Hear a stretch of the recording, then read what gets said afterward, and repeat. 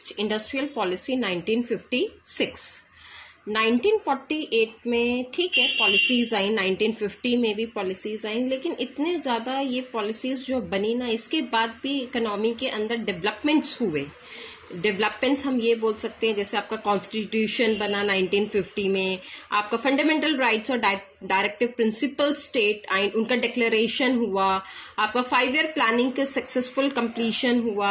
अब इन चेंजेस के वजह से एक और न्यू इंडस्ट्रियल पॉलिसी को कंसिडर करना बहुत ज्यादा जरूरी हो गया, and this is what the most important. तो इन सब डेवलपमेंट को देखते हुए सेकेंड इंडस्ट्रियल पॉलिसी जो थी वो अनाउंस्ड हुई आपकी 30 अप्रैल 1956, जिसको हम इंडस्ट्रियल पॉलिसी 1956 बोलते हैं।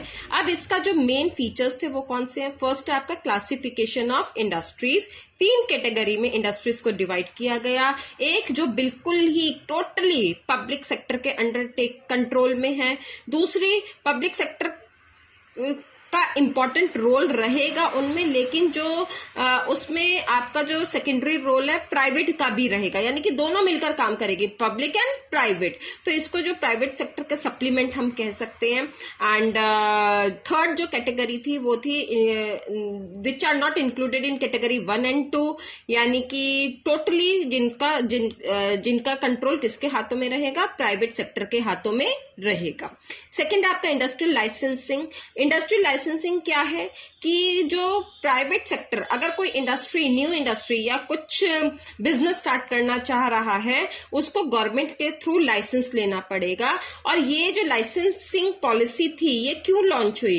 ताकि आपका एक तो प्राइवेट सेक्टर के हाथों में पूरा कंट्रोल ना जाए, दूसरा कि प्राइवेट सेक्टर जो है ना वो बैकवर्ड एरियाज में अपनी इंडस्ट्रीज को लॉन्च करे, जिससे कि रीजनल इक्वालिटी आ पाए। तो उस वक्त सच में ये हुआ था कि जितने भी आपके प्राइवेट ओनर्स थे, प्राइवेट सेक्टर्स जो थे ना, अगर वो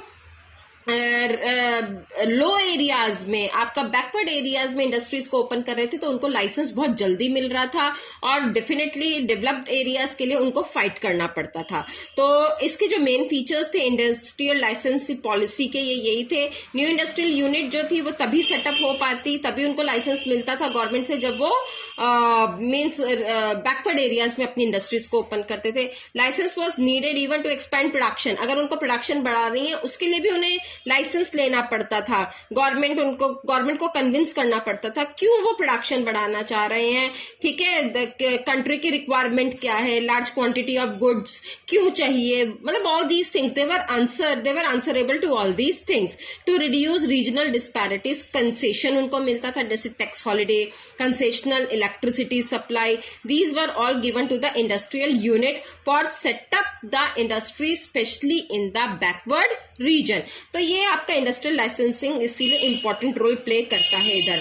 नेक्स्ट है आपका industrial concession. What is this industrial concessions? भाई आपका जो अभी मैंने बताया टैक्स हॉलिडे हो गया, आपका पावर सप्लाई, इन सब में कंसेशन देना। स्पेशली इनको तभी कंसेशन मिलेगा इंडस्ट्रियल इक्विपमेंट्स में और या इंडस्ट्रीज की फैसिलिटीज देने में जब ये अपनी इंडस्ट्री को बैकवर्ड रीजन में ओपन करेंगे, जैसे पावर सप्लाई में कंसेशन देना, या मतलब आपको industrial concession offered in many types to the private enterprises, ठीक है, tax holiday for the newly establish industrial units specially in the backward areas.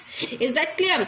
Last है आपका development of small scale industries. इस पे सबसे ज्यादा फोकस किया गया और जितनी भी स्मॉल स्केल इंडस्ट्रीज थी ये आपका एक तो ये एम्प्लॉयमेंट जनरेटेड ऐसे थी कि जितनी भी स्मॉल स्केल इंडस्ट्रीज है, हैंडीक्राफ्ट्स हो गई, आपकी टेक्सटाइल हो गई, इसमें हाथों से काम ज्यादा होता है, तो ऐसा इसीलिए इनको सबसे ज्यादा प्रायोरिटी दी गई, ठीक है। और इनको इक्विटी, एम्प्लॉयमेंट के साथ साथ इक्विटी मतलब इनको इक्वल स्टेटस दिया गया।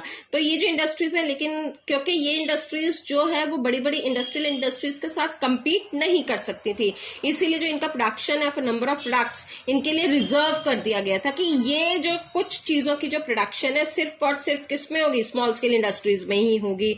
इनको कंसेशन दिया गया, इनकी एक्साइज ड्यूटीज इन पर कम कर दी गई, इनको टैक्स रिबेट मिली। अच्छा, जो ये इंडस्ट्रीज ओपन करते थे ना, small scale industries specially in the backward areas, उनको रेट ऑफ इंटरेस्ट भी बहुत कम रेट ऑफ इंटरेस्ट पे उनको लोन दिया गया। तो ये सब जो था फीचर्स थे of the industrial policy 1956। Thank you.